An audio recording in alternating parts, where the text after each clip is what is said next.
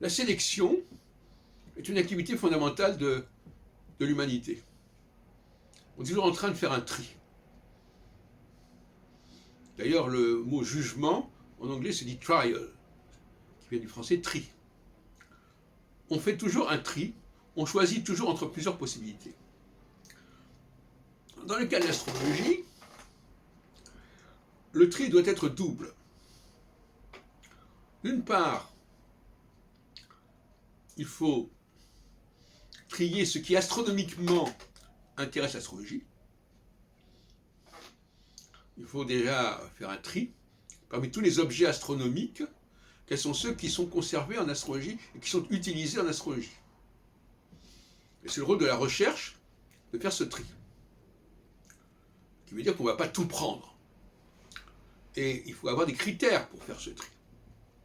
Les critères, c'est, il y a des trucs qui donnent des corrélations entre des phénomènes qu'on peut observer, des phénomènes collectifs, des phénomènes structurels qu'on peut observer dans le monde, dans la société, ce qu'a fait Michel Gauquelin, et des corrélations dans l'espace et dans le temps.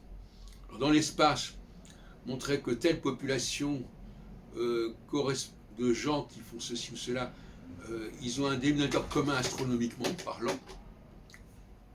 Et d'autre part, au niveau prévisionnel, montrer que tel type d'événement récurrent correspond à des configurations astronomiques qui sont elles-mêmes récurrentes. Et deuxièmement, il faut aussi faire le tri dans la tradition astrologique. Dans la tradition astrologique, il y a énormément de choses. Le projet InSight, dont on parle actuellement autour de moi, va ramener des textes anciens à notre connaissance. Et la question, encore une fois, c'est comment fait-on le tri dans tout ça? Comment fait-on le tri? Alors la première chose à faire, à mon avis, c'est de faire le tri au niveau de la cohérence. Parce que des documents anciens, est-ce qu'ils nous sont parvenus correctement? Est-ce qu'on sait quel était leur mode d'emploi au départ? Ce sont des questions qui ne sont pas réglées. Par exemple, la grande question des domiciles planétaires, des maîtrises planétaires, c'est une question extrêmement compliquée. Comment les employer? Est-ce qu'ils nous ont parvenus correctement? Est-ce qu'on n'a pas rajouté quelque chose? Ça n'a pas été corrompu? Et les gens, comme ça, appliquent un système ils ont décidé que ce système, on devait s'en servir de cette manière, et ils l'appliquent. Par exemple, les maîtrises, alors on l'applique. Moi, c'est un point qui m'a toujours scandalisé depuis le départ de mon rapport à l'astrologie. Avant d'appliquer, il faut déjà s'assurer de la cohérence de ce qu'on applique.